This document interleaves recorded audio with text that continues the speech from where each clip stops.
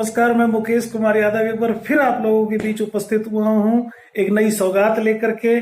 और दोस्तों, आज मैं आपको जानकारी देने वाला हूं सेंट्रल कोऑपरेटिव बैंक। हाँ दोस्तों, मैं उन्हीं बैंकों की बात कर रहा हूं जिनको हम जिला सहकारी बैंक बोलते हैं, जो अपनी सहकारी समितियां जिनसे लोन लेकर के किसानों को ऋण उपलब्ध कराती है। तो दोस्तों, इन बैंकों के अंदर मुख्यतः 3-4 चीजें हैं जो मैं आपको बताऊं कि इनके अंदर सबसे पहले तो ये होता है कि जमा योजनाएं होती हैं, इनके अंदर पैसे जमा होते हैं। दूसरा, इनकी जो ब्याज की दरें हैं वो मैं आपके साथ क्लियर करने वाला हूं। और दोस्तों, इनकी जो विशेषताएं हैं, जो ये क्या क्या क्या काम करते हैं, ये तो मैं बता देना चाहता हूं दोस्तों। सबसे पहले तो ये अल्पकालीन जो फसली ऋण है वो किसानों तक देते हैं। दूसरा, इनका जो कृषि उपज के विरुद्ध काश्तकारों को कृषि रहन ऋण उपलब्ध कराना इनका मुख्य कार्य होता है। तीसरा दोस्तों, इनका होता है कृषक मित्र। चौथा, सहकारी किसान कल्याण योजना। पांचवी है मध्यकालीन एमटी लोन बोलते हैं, जिनको डेयरी लोन के नाम से देते हैं। छठा दोस्तों, इनका जो होता है वो एसएचजी का होता है, स्वयं सहायता समूह का। और सातवां होता है आवास योजना। आठवां होता है अचल संपत्ति के विरुद्ध ऋण योजना। और नवा होता है वाहन ऋण। ठीक दोस्तों, मैं इन सब के ऊपर आपसे चर्चा करने वाला हूं। तो सबसे पहले मैं आपको बता दूं कि ये जो बैंक होते हैं, इनकी जो जमा योजनाएं होती हैं, ये 4 तरह के खाते खोलते हैं। नंबर 1, सीडी यानी कि चालू खाता जिसको हम बोलते हैं, करंट खाता जिसको हम बोलते हैं। और इसको 3,000 रुपए में खोला जाता है। इसके अंदर जो मिनिमम है वो 3,000 है और इस खाते को खोलने की सुविधा इन बैंकों के अंदर है। दूसरा होता है बचत खाता। दोस्तों, बचत खाते के अंदर जिसको सेविंग अकाउंट बोलते हैं, एसबी खाते के नाम से जाना जाता है, उसमें आप 500 रुपए में इसको खुला सकते हो। तीसरा जो होता है दोस्तों, वो एफडीआर के नाम से होता है, यानी स्थायी जमा योजना। इसके अंदर आप 1,000 रुपए से प्रारंभ करके चाहे जितना भी आपका है वो इसमें जमा कर सकते हो। और चौथा जो होता है वो निरंतर जमा योजना, अर्थात आरडी के नाम से हम इसको जानते हैं, जिसको कम से कम 100 रुपए से आप स्टार्ट कर सकते हो। दोस्तों, इन सब के अंदर जो ब्याज है वो करंट अकाउंट पे 0 पैसा होता है, चालू खाते पे कोई ब्याज नहीं देता। बचत खाता होता है, उस पर 3.50% ब्याज दिया जाता है। दोस्तों, इसके अंदर मैं आपको एक चीज और बता दूं कि सभी बैंकों की तुलना में 1% जो इसका 1 से 1.5% तक का जो ब्याज है वो अधिक दिया जाता है इन सहकारी बैंकों के अंदर। दूसरी जो मेन बात है, जो सबसे अच्छी बात है, वो ये है कि एक तो जैसे वरिष्ठ नागरिक हो गए, अपने वृद्धजन हो गए, जो पेंशनर हो गए, सेवानिवृत्त कर्मचारी हैं, विधवाएं हैं, इनकी न्यूनतम 10,000 या 1 वर्ष में उससे भी अधिक की जो जमा है, उनके ऊपर 0.50% अतिरिक्त ब्याज दिया जाता है। जैसे मान के चलो कि किसी में इनको 4% दिया जा रहा है, तो ये 0.5% यानी कि उसको 4.5% में कन्वर्ट करके उसको अतिरिक्त देंगे। तो दोस्तों, ये तो बात हो गई बैंकों की जमा योजना और ब्याज की। अब बात करते हैं कि बैंक की प्रमुख ऋण योजनाएं कौन कौन सी हैं। दोस्तों, ये जो सेंट्रल कोऑपरेटिव बैंक लिमिटेड है, ये सहकारी साख समितियों के माध्यम से किसानों को ऋण देती है, किसानों को लोन देती है। तो उसमें सबसे पहले जो दोस्तों आता है अल्पकालीन फसली ऋण, जिसे एसटी लोन के नाम से बोला जाता है, शॉर्ट टर्म लोन होता है। इस लोन के अंदर दोस्तों क्या किया जाता है कि इसकी जो पात्रता है वो सबसे पहले थी वो भूधारक हो, यानी कि उसकी खुद की जमीन होनी चाहिए, उसके नाम होनी चाहिए, समिति का वो सदस्य होना चाहिए। ऋण के अनुपात में उससे हिस्सा काट लिया जाएगा, जो अभी फिलहाल जो 8% चल रहा है। मान के चलो कि आपने 10,000 रुपए लिए, तो उसका 8%, 800 रुपया वो बैंक में हिस्से के रूप में, शेयर कैपिटल के रूप में वो रहेगा। और इसके बाद इसकी जो अवधि होती है दोस्तों, वो 6 महीने की होती है, यानी खरीफ का अलग और रबी का अलग, 6 महीने का इनका टाइम होता है।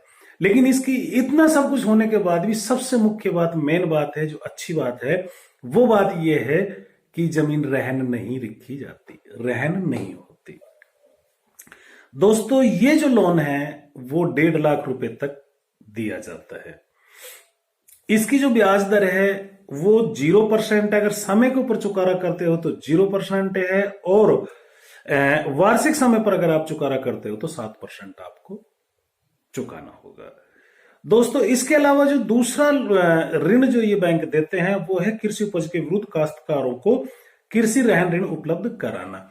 तो इसके अंदर दोस्तों क्या आता है कि आपकी आस पड़ोस में जो भी सहकारी समिति हैं और जहां पूर्वकालिक व्यवस्थापक कार्यरत होता है, उस समिति के अंदर आप अपनी जीन्स ले जाकर के, आप अपनी फसल ले जाकर के, आप अपनी पैदावार ले जाकर के वहां उसको रहन रख सकते हो। और उसका जो टाइम पीरियड है दोस्तों वो 180 दिन है। वैसे तो ये 90 दिन के लिए रखी जाती है, लेकिन विशेष परिस्थितियों के अंदर इसको डबल कर दिया जाता है, यानी कि 3 महीने के लिए आप अपनी फसल को वहां रख सकते हो, और आपकी जो फसल है बाजार भाव जो है आपका, उसका 70% आपको चुकारा कर दिया जाएगा। इससे क्या होता है दोस्तों कि लघु और सीमांत जो किसान होते हैं उनको 1.5 लाख तक का दिया जाता है, और बड़े जो किसान होते हैं उनको 3 लाख तक ही दिया जाता है। और इस पर सिर्फ 3% ब्याज लिया जाता है, सिर्फ 3% ब्याज लिया जाता है। और इस प्रकार कृषक अपनी उपज को रहन रखकर उस ऋण को लेकर के वो अपनी आवश्यकताओं की पूर्ति भी कर लेता है, और अच्छे भाव आने पर वो अपनी फसल को बाजार में बेच भी देता है, और उसको भंडारण की भी दिक्कत नहीं होती, क्योंकि वो भंडारण वहां हो गया, समिति में हो गया। इसके बाद तीसरा जो ऋण देते हैं वो कृषक मित्र के रूप में देते हैं। दोस्तों कृषक मित्र का क्या है कि इसमें बैंक का नॉमिनल सदस्य होना चाहिए, न्यूनतम 6 से 6.50 बीघा सिंचित भूमि होनी चाहिए। ऋण के पेटे जमीन बैंक के पक्ष में रहन रखी जाएगी, और इसकी अवधि 1 वर्ष होती है। अधिकतम इसमें जो ऋण दिया जाता है वो 3 लाख तक दिया जाता है, और ब्याज की दर है जो 3 लाख तक 7% ब्याज, वह समय पर चुकारा करने पर 3% की छूट दी जाती है, अर्थात 4% ही ब्याज लिया जाता है अगर हम टाइम पे इसका चुकारा करते हैं।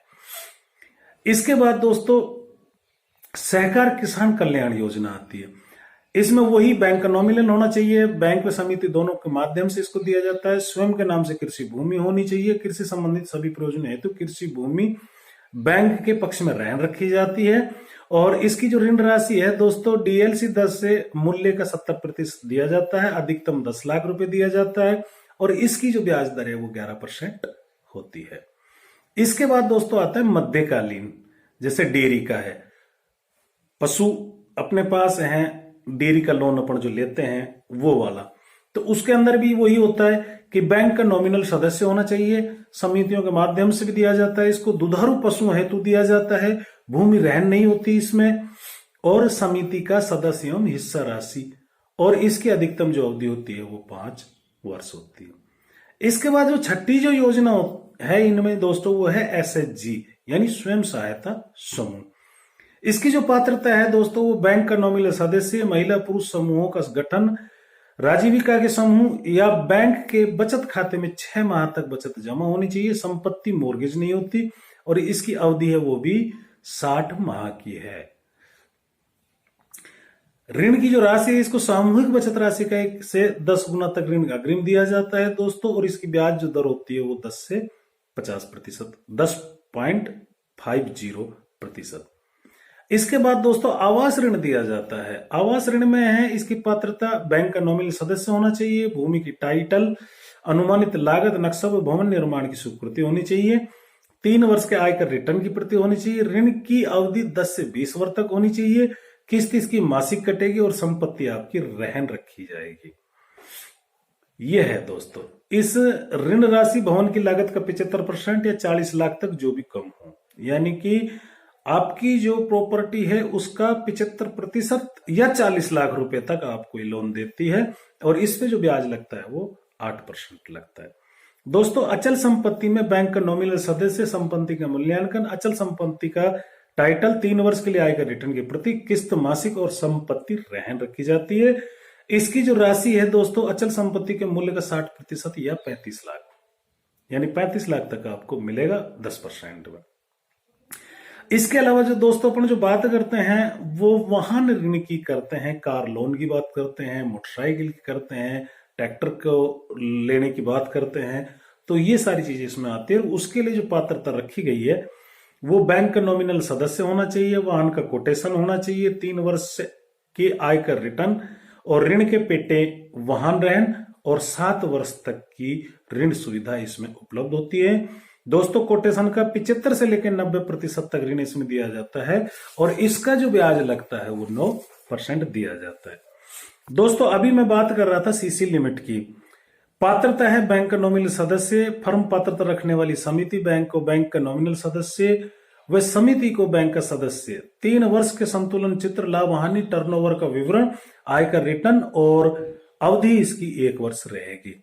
दोस्तों ऋण राशि 25 लाख रुपए तक की साख सीमा फर्म को दी जाती है और ब्याज की जो दर होगी वो 10% होगी। इसके अलावा दोस्तों व्यक्तिगत जो ऋण है जिसको कल्पतरु के नाम से भी ये बैंक देते हैं, इसकी जो पात्रता है वही बैंक का नॉमिनल सदस्य, 3 वर्ष के आयकर रिटर्न, सिविल स्कोर 750 होना चाहिए, सरकारी कर्मचारी होने पर नियोक्ता से कटौती प्रमाण पत्र लिया जाता है और इसकी अवधि भी 5 वर्ष की होती है। दोस्तों ये लोन 10 लाख रुपए तक का ऋण सरकारी कर्मचारी को दिया जाता है और इसका जो ब्याज होता है वो 10.50% होता है। इसके अलावा दोस्तों इसकी बहुत सारी अन्य योजनाएं भी हैं जिनके बारे में मैं आपको थोड़ी चर्चा कर देता हूं कि जैसे पॉप योजना है, विकलांग विश्वास योजना है और स्वरोजगार क्रेडिट कार्ड की जो योजनाएं हैं वो भी इन बैंकों के द्वारा दी जाती है। दोस्तों समिति का सदस्य सरकारी विभाग द्वारा प्रायोजित ऋण राशि का कोटेशन और ऋण की जो राशि होती है 1 लाख रुपए तक की दी जाती है और ब्याज की दर होती है वो 12% होती है।